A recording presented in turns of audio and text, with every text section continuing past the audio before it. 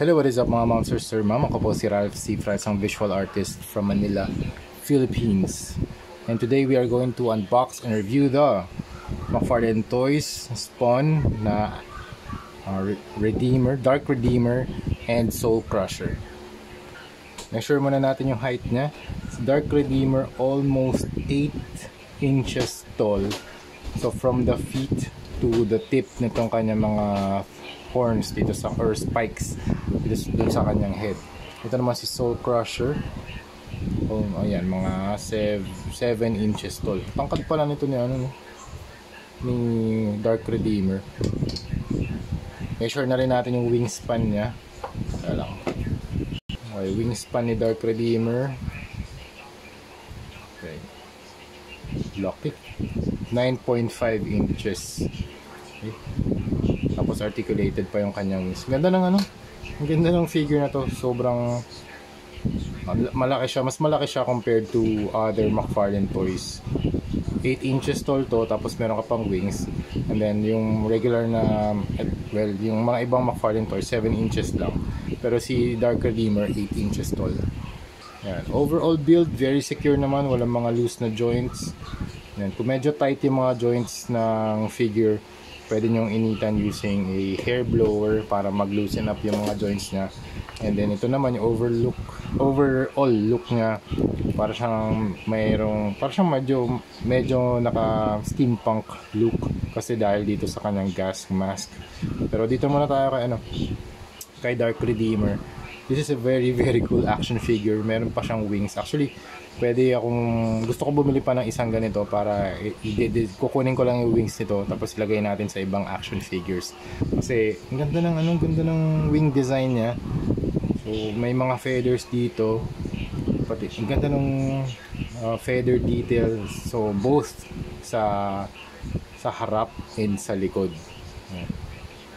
And then yung kanyang body armors is like a very medieval design na meron ka spikes, meron cross sa mukha. Also yung inner suit niya black, tapos yung armor color niya silver, and then you have the red cross dito sa waist. Yan. Medyo zoom in tayo para makita natin yung armor details.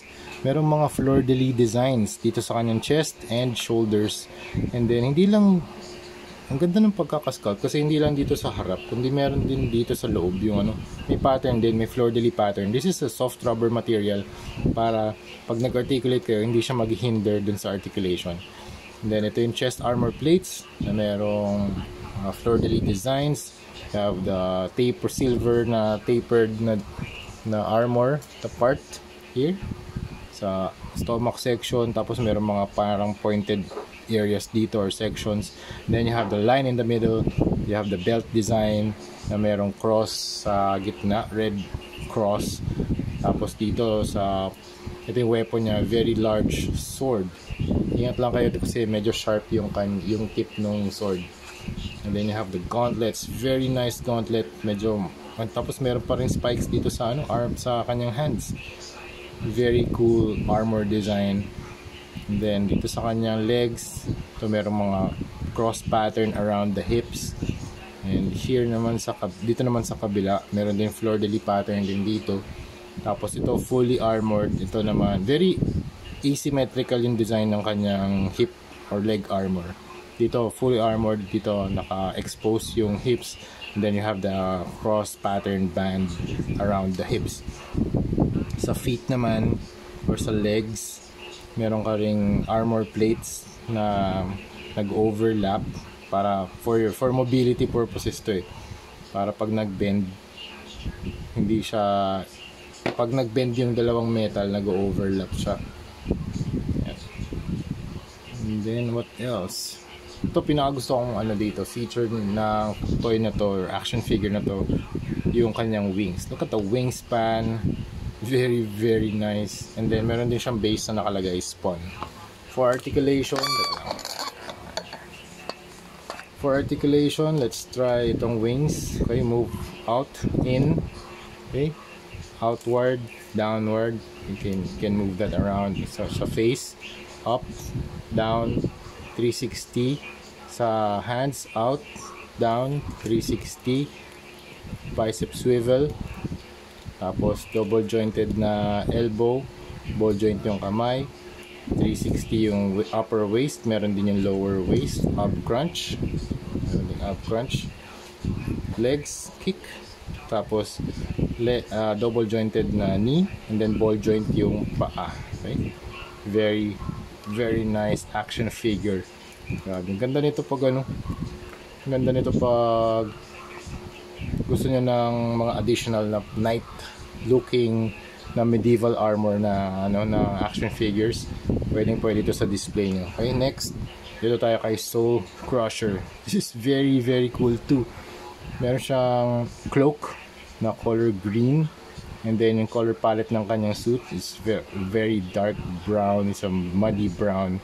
Tapos yung mga straps niya color black, and then yung kanyang gas mask is a steampunk gray, and then itong kanyang gun is very brown, rusty brown yung color palette, and then dito yung mga pouch niya leather brown. Tapos meron ding touches of green, parang moss green. Ang daming colors actually dito. Then you have yellow ochre, silver din tong kanyang knee pads. Yan. Details niya. You have the cloak. Ang ganda ng texture ng cloak. Very rough, pero soft naman yung plastic na ginamit dito para kung gusto niyo mas dynamic yung pose, pwede rin namang i-post ng ganito, di ba? Pwede nyo yan, mabebend pa rin siya, hindi siya yung super hard na plastic. And then you have the chest armor design, para siyang bulletproof vest. Tapos dito may mga straps, buckles, 1, 2, 3, 4, 5, 6. Nag-overlap yung mga belts niya, very nice. Mayroon pa dito mga nakasabit. Meron din siyang pouches dito sa kanyang belt, black pouches. Tapos dito meron din sa likod, very nice. Ito yung canister for the gas mask nasa likod, very nice. Gas mask detail, look at that. So circular yung lens, and then you have the mouthpiece right here, or yung respirator tube dito. Tapos nakakabit siya sa likod for breathing purposes. And then the holster, I think it's functional, and pwede mong ilagay yung kanyang gun or yung pistol dito sa holster. It's very cool, functional accessories, galing. And then naka-strap din siya dito sa kanyang right leg. Tapos dito sa kaliwa, parang bandage type naman yung pouch na anong kulay ito, parang light beige.